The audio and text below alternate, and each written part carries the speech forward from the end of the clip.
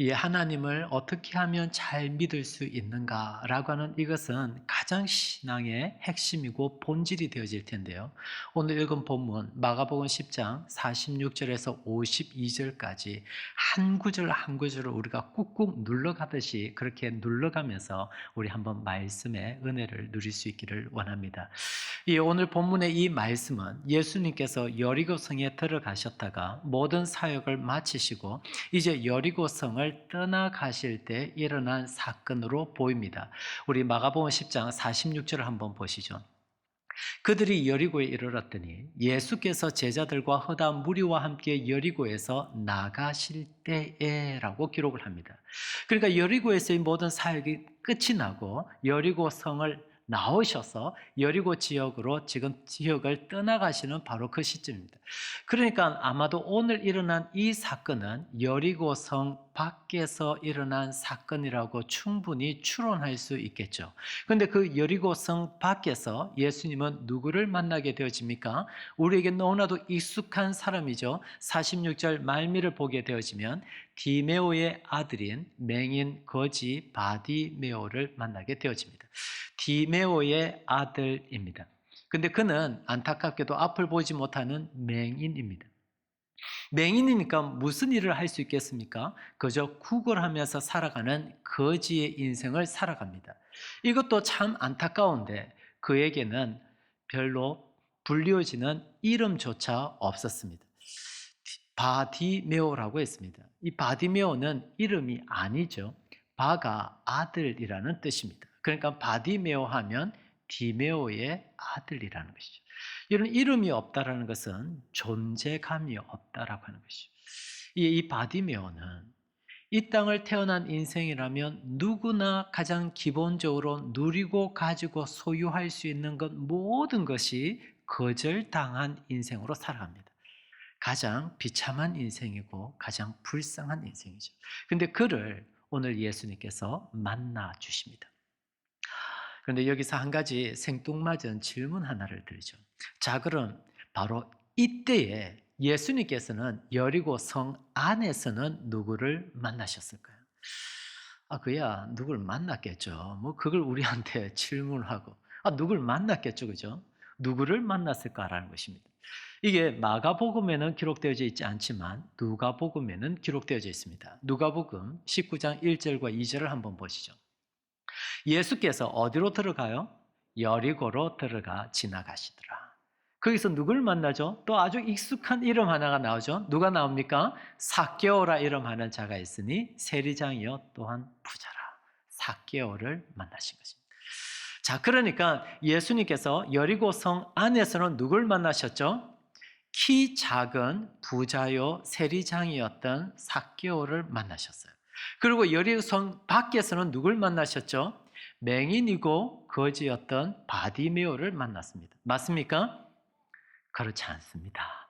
그렇지 않습니다. 예수님께서 여리고성 안에서 키 작은 부자요 세리장이었던 삭개오를 만나신 것이 아니라 예수님께서는 여리고성 안에서 예수님을 너무나 보고자 갈망했던 삭개오를 만나신 것입니다. 예수님께서는 여리고성 밖에서 맹인이고 거지인 바디메오를 만나신 것이 아니라 예수님께서는 여리고성 밖에서 예수를 너무나도 만나기를 소원하고 갈망했던 바디메오를 만나신 거라고요. 사실 이 본문을 유심히 관찰을 해보면 예수님과 이 바디메오의 만남은 굉장히 아슬아슬한 만남이었습니다. 자칫 만나지 못했을 수도 있는 그와 같은 상황입니다. 왜입니까? 지금 예수님은 여리고에서의 모든 사역을 다 마치고 떠나가는 시점입니다. 그런데 그때 바디메오는요, 앞을 보지 못하는 상황이라고요. 자칫 만날 수 없는 상황이라고요. 그런데 예수님과 이 바디메오의 만남이 이루어졌네요. 이것이 어떻게 가능했을까요? 이어지는 47절을 한번 보시죠. 같이 한번 읽죠. 시작.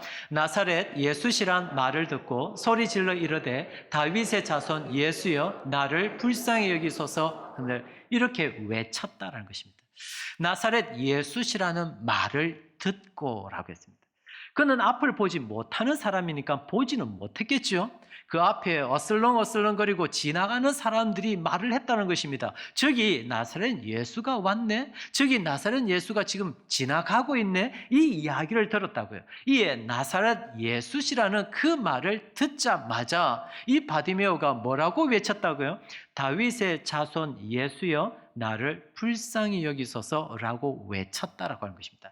여러분, 이 외침은 그냥 쉽게 생각할 수 없는 외침입니다. 왜냐하면 그 당시에 인생들이 가지고 있는, 인간들이 가지고 있는 너무나도 보편적인 생각 하나가 있는데 그것이 무엇이었는고 하니 나사렛에서 무슨 선한 것이 날 수 있겠는가? 무슨 말입니까? 나사렛에서는 선한 것이 날 수 없다는 것입니다. 나사렛에서 무슨 선한 것이 날 수 있겠는가? 밀항에서 무슨 선한 것이 날 수 있겠는가? 이게 보편적인 인생들이 가지고 있는 생각이었다는 것입니다. 근데 그 생각을 누가요? 바디메오가 뒤엎어 버립니다. 그리고는 나사렛 예수시라는 말을 듣자마자 다윗의 자손 예수여 라고 외칩니다. 여기서 이제 우리는 알게 되어집니다. 신자란 도대체 누구인가? 이런 신자는 신앙 고백을 가지고 있는 자들이 신자입니다. 맞습니까? 그러면 신자들이 가지고 있는 신앙 고백이란 무엇입니까? 예수 그리스도.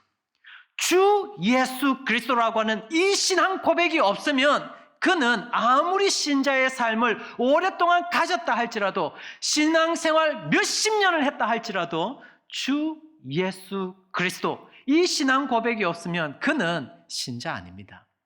주 예수가 주라는 것입니다. 그리고 그리스도 그분이 우리를 구원하여 주실 분이라는 것입니다. 그런데 이와 같은 신앙 고백은요, 세상은 용납하지도 않고 세상은 받아들이지도 않습니다. 그래서 로마서를 읽어보게 되어지면 로마서의 전반부가 1장에서 11장이죠. 이 로마서의 전반부는 우리가 어떻게 구원을 얻을 수 있는가에 대해서 교리적으로 바울이 기록을 합니다. 그러고 나서 후반부인 12장에서 16장까지는 이 구원을 받은 자들이 이제 이 땅에서 어떻게 살아가야 할지에 대해서 실제적인 모습에 대해서 강론하고 있죠. 이에 성도는 어떻게 살아가야 합니까? 12장 2절 이 세대를 본받지 말고 이 세대가 가지고 있는 가치관, 이 세대가 가지고 있는 유행, 사상, 그 어떤 것도 본받지 말라는 것입니다. 왜입니까? 이 세상이 가지고 있는 가치와 이 세상이 가지고 있는 유행은 결코 주 예수 그리스도를 고백하지 않기 때문입니다. 하여 이 세대를 본받지 말고 따르지 말고 그 다음 뭡니까? 아버지 하나님의 그 기쁘신 뜻이 무엇인지 바르게 분별하여 그 뜻대로 살아가는 것입니다. 이에 질문 드립니다. 아버지 하나님의 뜻이란 한마디로 무엇일까요? 너의 삶에 주 예수 그리스도가 임재하도록 하라는 것입니다. 이것이 그런데 가장 큰 복이라는 사실 또한 알고 있습니까? 이게 얼마나 큰 복인지 이제 여러분은 감동하셔야 됩니다. 요한복음 3장 16절 하나님이 세상을 이처럼 사랑하사 1번 대박나게 해주시고 2번 건강 회복하게 해주시고 3번 아파트 장만하게 해주시고 4번 독생자 예수를 주시고 뭐죠? 4번 독생자 예수. 그런데 별로 감동이 없죠. 별로 감동이 없죠. 차라리 이렇게 성경이 기록되어져 있으면 좋겠죠. 하나님이 나를 이처럼 사랑하사 좀 돈 복달이 막 주면 좋겠다. 아픈 이 몸 좀 회복되어지면 좋겠다. 승진되면 좋겠다. 하나님이 이처럼 나를 사랑하니까 좀 승진되어지면 좋겠다. 이런 걸 우리는 자꾸 원하는데 성경은 그게 진짜 복이 아니라는 겁니다. 진짜 복은 예수라는 것입니다. 그래서 하나님은 나를 이처럼 사랑하사 나에게 주 예수 그리스도 주셨고 이것을 복이라고 알고 믿으며 주 예수 그리스도 신앙 고백하는 자들이 누구라고요? 신자라고 하는 것입니다.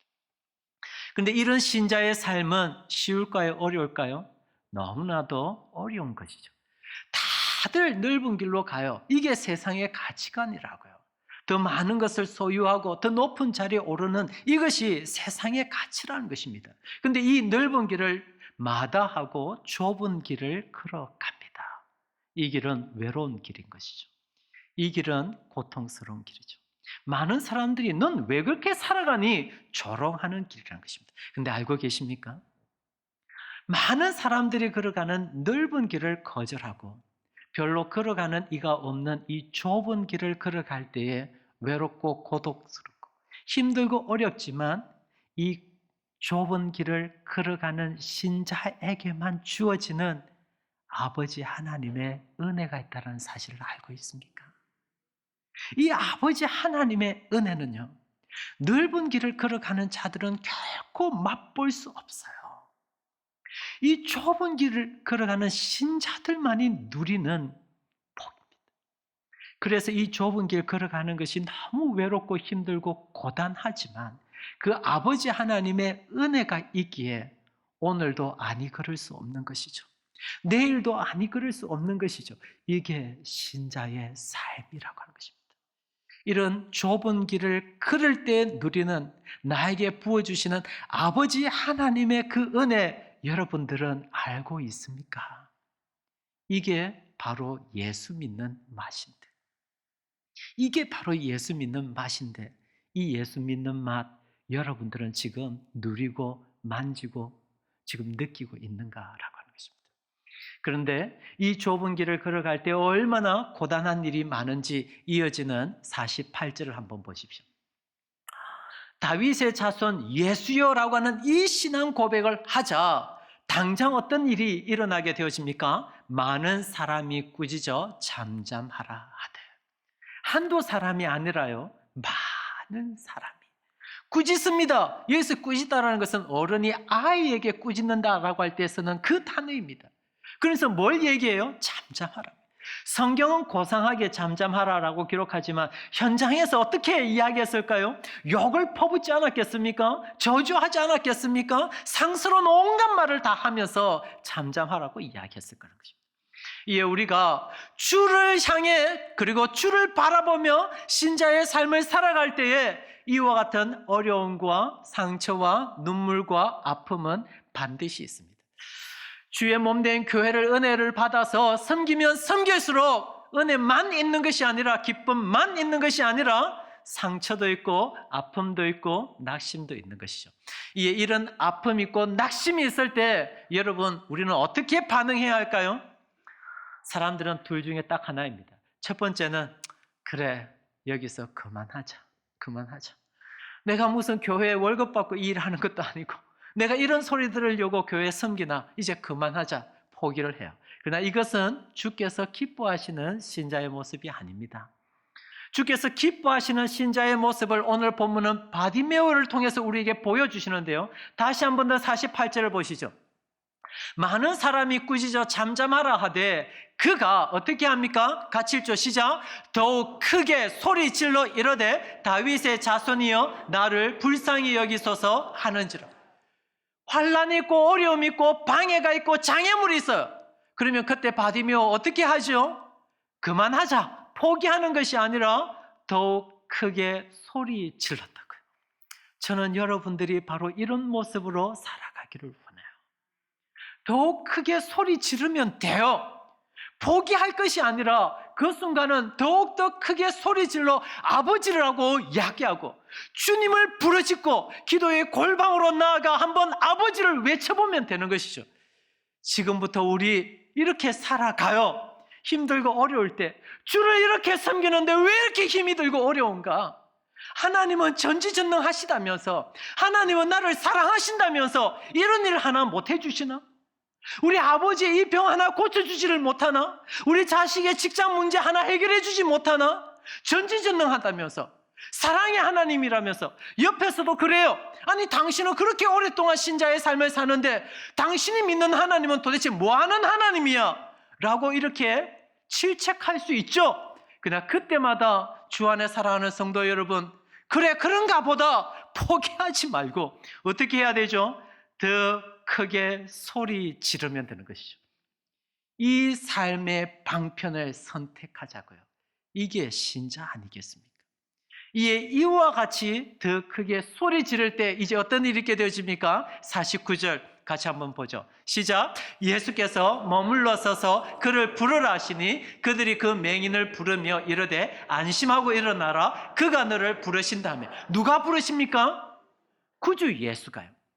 가시던 걸음을 머물러 서서. 놀라운 말씀 아닙니까? 우리 예수님은 천지를 창조하신 하나님이신 예수님 아닙니까? 그 천지를 창조하신 하나님이신 예수님께서 세상에 걸어가던 길을, 그 걸음을 멈추시고 이 맹인의 소리를 듣고는 그를 부르시게 되었습니다. 그를 부르시게 됩니다. 하여 예수님과 바디메오의 만남은 이루어지게 되는 것이죠. 그러나 설교 초반부에 이미 말씀드린 것처럼 예수님과 바디메오의 만남은 사실 만나기 어려울 수도 있고 아슬아슬한 만남이었어요. 어떻게 예수님과 이 바디메오의 만남이 가능하게 되어졌습니까? 여러분, 이 질문에 답을 하기 이전에 먼저 제가 정답 하나를 미리 말씀을 드릴게요. 굉장히 아슬아슬하게 보이지만 예수님은 전지전능한 하나님이십니다. 믿으십니까? 그렇다면 우리는 이제 충분히 알게 되어집니다. 사실 이 만남이 참 아슬아슬한 만남처럼 보이지만 사실 예수님께서는 여리고성 안으로 들어가면 삭개오를 만날 거라는 사실을 이미 아셨을까요? 아셨죠. 아실 뿐만 아니라 이미 그 만남을 작정하시고 섭리하셨겠죠. 또한 여리고성 밖으로 나가면 바디메오를 만날 거라는 사실을 예수님은 아셨을까요? 예, 아셨죠. 아실 뿐만 아니라 바디메오와의 그 만남은 예수님께서 이미 섭리하신 만남이죠.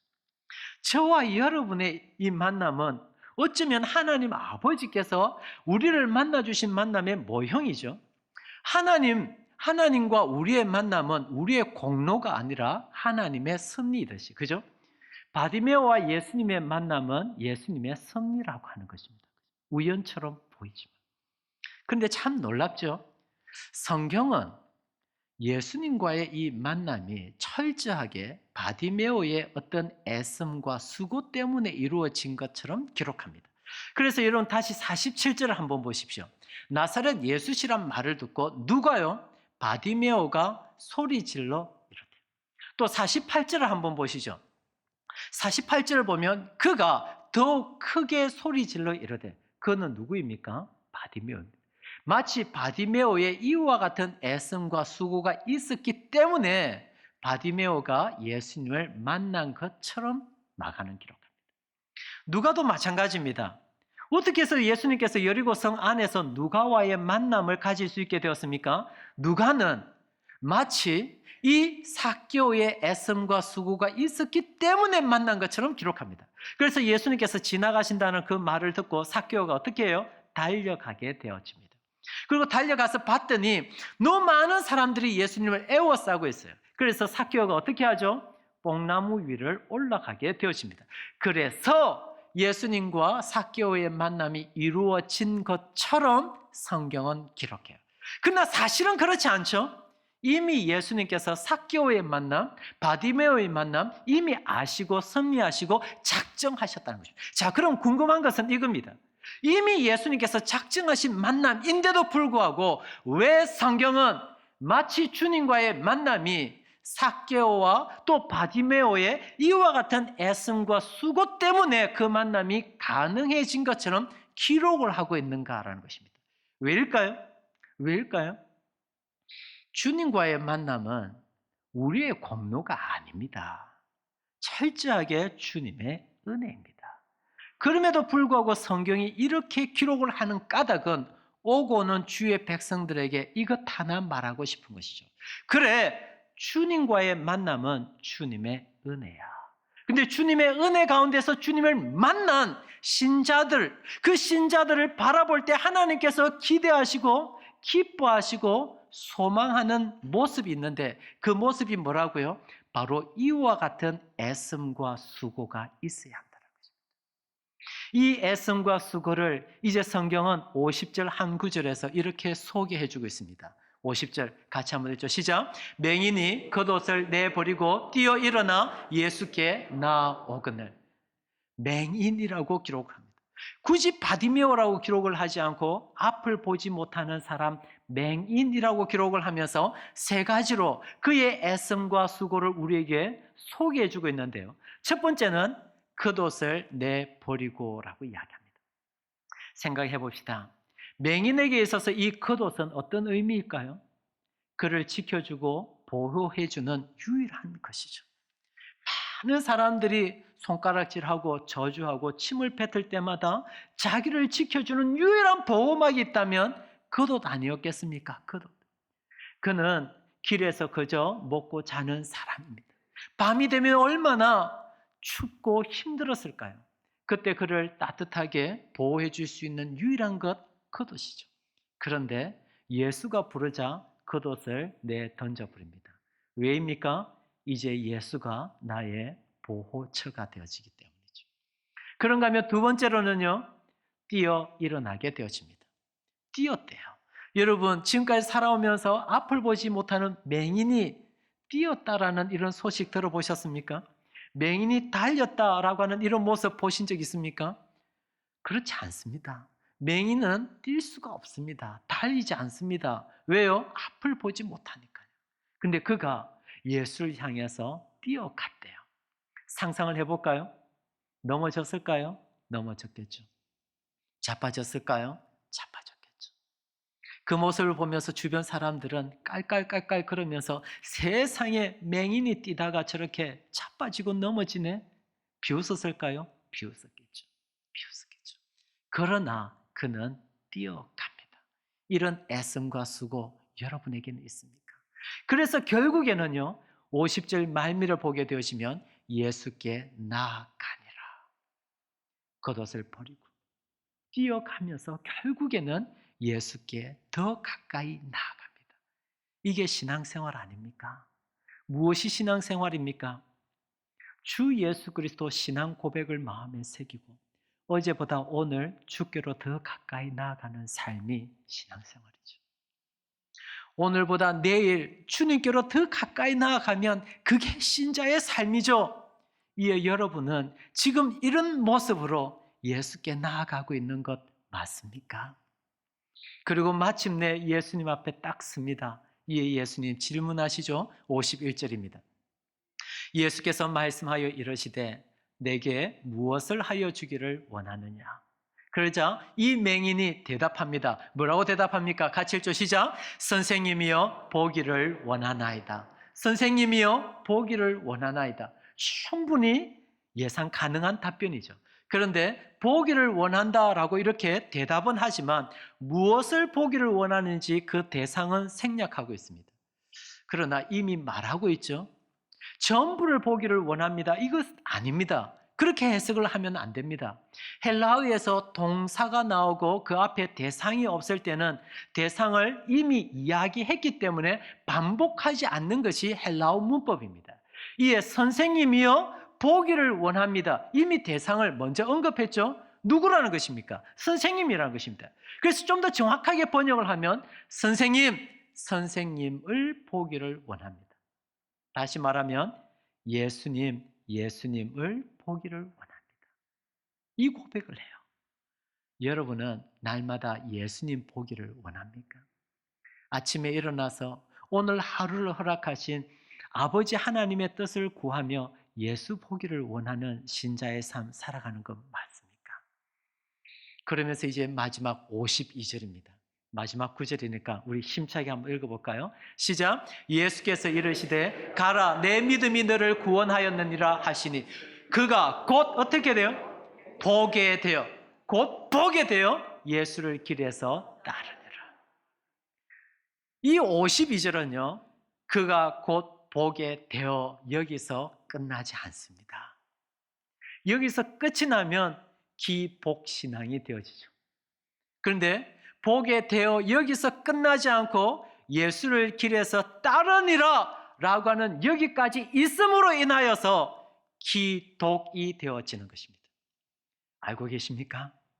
보게 되어 여기까지만 가면 기복신앙입니다. 그러나 여기서 멈추지 않고 예수를 따르니라 여기까지 가야 기독신앙이 되어집니다. 3개월의 안식일을 시작하면서 저 자신에게 이 말씀을 많이 묵상했습니다. 지난 6년 동안 이와 같은 모습으로 주님을 따른 것이 맞나? 그리고 돌아가서도 우리 교회 성도님들에게 이와 같은 모습으로 예수 따르자라고 다시 한번 외쳐야지, 그런 고백 많이 하면서 안식일을 보내고 있습니다. 이에 사랑하는 우리 포항중앙교회 성도님 한 분 한 분께도 말씀드립니다. 우리 이와 같은 애씀과 수고를 가지고 기독 신앙을 가진 신자로서 예수 따라가는 복된 주의 백성 되시길 주님의 이름으로 축복합니다.